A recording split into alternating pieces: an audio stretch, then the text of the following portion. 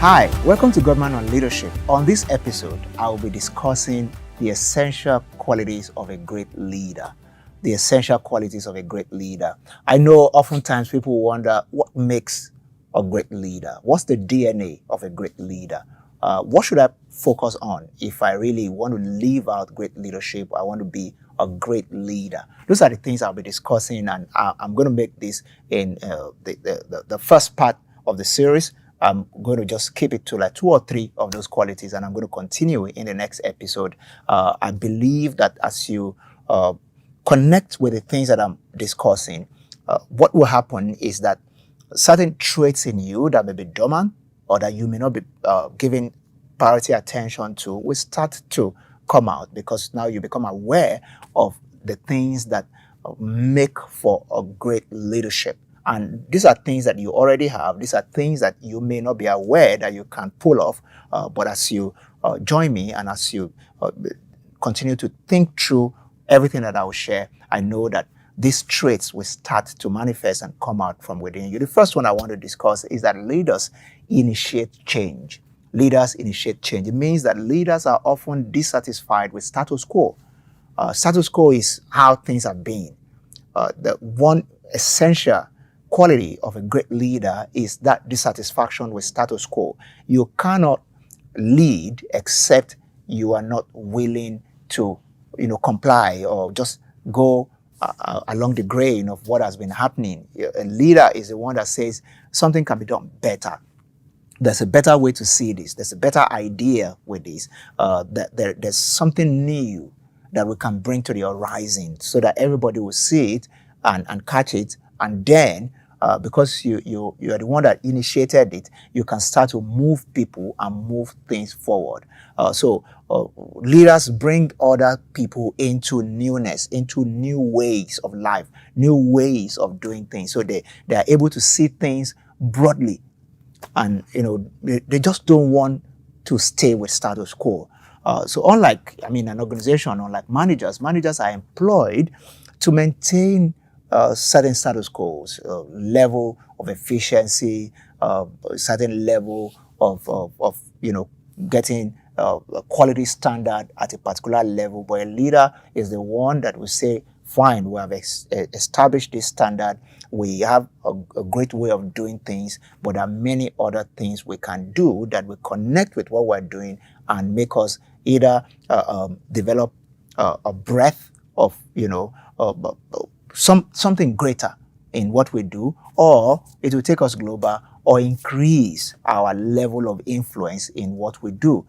So change is an inevitable when it comes to leadership. And a great leader is the one that will not wait for change to happen, but will make change happen. That's why I said one very essential quality of a great leader is that they initiate change. For things to grow, there has to be change. For us to make progress, there has to be change. And it's when we are not afraid of change that we can make the right kind of progress. A leader is the one that is not afraid of change, is not waiting for change to happen to him, is willing to initiate change. So whether you want to lead at home, lead at work, lead in your business, lead in the community, you have to be a stickler for change. You need to always ask the question, what can we do differently? In this home, if you want to lead your family, you have to be able to say, look, is there one thing that if we do it differently, will make faster progress? How can we bend the curve in this family? How can we bend the curve in this business? That's how a leader thinks. Other people may be looking at how we can make things work on a day-to-day basis, but a leader goes far into the future and think about the disruption that may be imminent in our industry or in our focus area of business. And a leader will say, look, how can we mitigate the effect of this disruption by being the one, by becoming the disruptor, the one who makes the right kind of change happen. That's what a leader does, and that's an essential quality of a leader. In wrapping that up, I would like to say this. The story of who bails the cat. The leader is the one who bails the cat. We use the phrase, who bails the cat? Who's going to start first? The story, like I said, was they they said that there's a cat that disturbs the rat, that particular story, and the rats want to know when the cat is coming along. So the best way to know is that we should put a bell to the tail of the cat. And it was a great idea, all right, in the community of rats. But when it comes to who will bell the cat, then it became a bad idea. But when you have the rat who is willing to go when the cat is sleeping and bells the cat, tie a bell to the tail of the cat so that when the cat is up, or the rat knows and they can dive for cover, then you have a leader, a real leader, who is going to initiate, who is going to start something, who is going to go after this great idea that will make things happen. Whether we're talking about how do we prepare for our future in the family, and we say we want to save money, the leader in the family is the one that should initiate that change by saying, look, this is how much I'm going to put aside every month to make sure that in this family we are doing the right thing, we are not overspending. Whether it's at work and we say we need more accountability, we need more transparency, a leader should be the one to initiate that accountability, that transparency, by just initiating the change. This is the change that we need in this organization, and as a great leader, I want to be the great example, the one who will initiate and follow through with that change. That's why in any space, when you're looking for a great leader will not just talk. A great leader will make something happen. And a lot of the time, these are, landslide changes or little changes that will just turn the way we do things around. Secondly, today, another essential quality of a great leader is that leaders have a sense of divine timing or an understanding of times and seasons. A great leader is the one that can envisage what time are we getting into, or what time are we. In an organization, there are times and seasons. There's a time to be bullish. There's a time to agree to being bearish. By that I mean that there's a time that we're aggressive, where we want to get out there, we want to bring in more customer, we want to do all kinds of things. But there's another time, which is a consolidation period. You know what you need that time is not more customers, but to strengthen your systems and structures so that when the pressure of growth comes, you can still stand. A leader is the one that is able to make that balance, understanding times and seasons, or divine timing to make something happen. What should we be doing right now? That's what makes for a great leader. A leader is the one that can say, now I know this is what we're supposed to be doing right now. This is the season that we're in. Let me go back to just the home again. Sometimes I get home and I ask my daughters, especially when they were younger, what time is it? The tendency is for them to want to say, oh, Dad, it's 8:15 p.m. And I'll tell them, I know the time. I can see the wall clock. That's not what I'm asking about. When I say what time is it, I'm saying, what are you supposed to be doing now? And that's when it dawns on them that it's bedtime. It's bedtime. A lot of the time, as simple as that sounds, with children, a lot of the time they struggle with their bedtime or meal time. That's why in schools we have the time that the bell will go off or the alarm will go off so that all the kids will know that this is meal time or end of school, end of day, or, recess time or something like that. And that is done to create a sense of anticipation in these little kids so that they understand that life is not just going to run, on one straight line. There's a time to take off, a bit of time to go and eat or to take a nap or to do this or to do that. A leader is the one that has been wired intrinsically to be able to pick those timing. And some of the times, you need to be able to read between the line in the life of the organization for you to know what time are we right now? What should we be doing right now? Is this a consolidation time or a growth time or a time to raise new leaders, or a time to do something differently. That's what a great leader will do. The leader is someone who knows how to take charge of an auspicious moment. An auspicious moment. Sometimes just as a leader, knowing what to throw into the press, or knowing what to throw in the mix, what is going on in your industry, what kind of presentation should we make at this time, that can just turn things around for us. What kind of discussion should I be having with staff in this organization right now, if we're going to make the right kind of progress? Like we say, timing is everything. So understanding times and seasons is what makes you relevant per time. Seasons change. In natural, we have like 4 seasons of winter, autumn, spring, summer, and all that.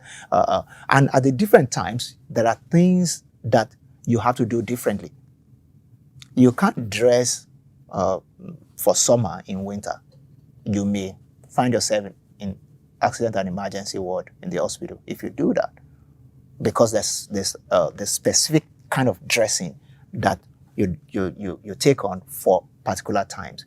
When you look at it from that point of view, when I say that a leader understands divine timing or times and seasons, you shouldn't lead a family, lead an organization, lead a not-for-profit, lead in the community, or lead politically without having a sense of divine timing or a sense of understanding. So think about the time management quadrant, like we were taught in, if you've ever read The 7 Habits of Highly Effective People by Stephen R. Covey, you understand those time management quadrant: the urgent and important, not urgent but important, urgent and not important and not urgent.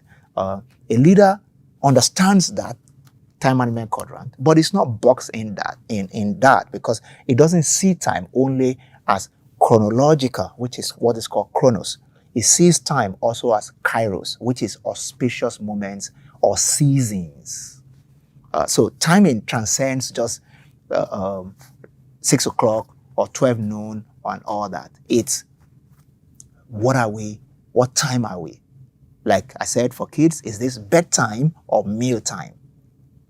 We may measure it by chronological order, but it's the functionality of that time that gives a bit of sense to it. So that's what a leader does. A leader is the one that dictates and is in charge of that timing, because there's something in his heart, something in his mind that has connected with divine timing, and it just won't let go until he sees that timing or the organization that he leads fulfill or harness or maximize that time and that season. Lastly, for this episode, I would also like to add that leaders know and focus on what is important. It just rides, directly on the back of divine timing or times and seasons. When you understand divine timing or times and seasons, then you know what is priority for each season or each time. So leaders, thirdly, know and focus on what is important. A great leader, an essential quality of a great leader is the ability to prioritize or to know and focus on what is important. So you must know what is important and differentiate what is important from what is not important. The things that matter most must never be at the mercy of the things that matter least. That's priority. That's Scott Peck. He says the things that matter most must never be at the mercy of the things that matter least. So a leader should focus on priority from time to time. Leaders delegate, quite all right. Even when it comes to delegation, they delegate the things that are less of priority. They focus on priority items. They do only the things that only them should do. Not can do, but should do. Because there are many things I do that many other people can do. I get the best out of my leadership when I start to focus on doing the things that only I should do. Because there are many things that I do that many other people can do. Then I'm able to create focus. And for the organization itself, what is our priority for this time? What are we supposed to be doing? Yeah. What priority meetings? What are the meetings that are priority for me? And what other meetings can some other people in the organization run? That's what makes a great leader out of me. That's what brings the best out of me. My energy is managed. It's not dissipated on just anything. It's focused on what is most important and what are the things that only I should do. So as a leader, you need to ask yourself the question. There are many things to do in your organization. There are many things that will come to your table. What are the things that are priority items for you? What are the things that only you should do? Those are the things that you should deploy most of your energy to. You remember the 80-20 rule? You should deploy 80% of your energy to the 20% of the most important things that bring the most important result in your organization.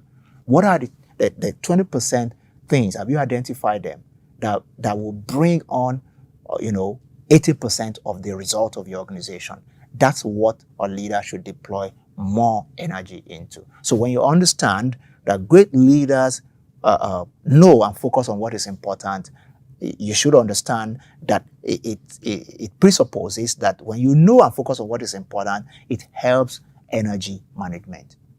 And in fact, someone once said that energy management is more important than time management.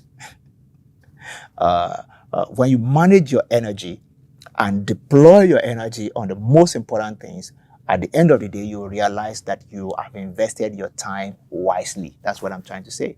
You will have invested your time wisely. A lot of the time, we dissipate energy on what is not important. We may even still have time, but we're tired. Yeah, and we don't have the energy and the ability to push things through because a lot of our energy has been spent on the things that are not important. A great leader is the one that engages energy management from the point of view of deploying 80% of his or her energy on the 20%, the most important things that will move the work forward, move the organization forward, and move whatever you lead forward.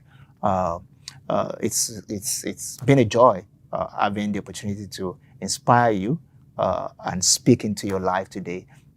This is Godman on Leadership, and I hope this has been inspiring to you. I want you to know that my heart desire is that you're able to turn something around in how you lead. And please send me your testimonials. Let me know how this has been a blessing to you and how it has helped you to change something and lead better. My goal is that together we can all be great leaders. We can lead better. We can keep leading, lead our organizations, lead our families, lead our communities, and lead our nations into greatness. Until I come to you again on Godman on Leadership, I want you to keep leading, keep succeeding, and see you again soon.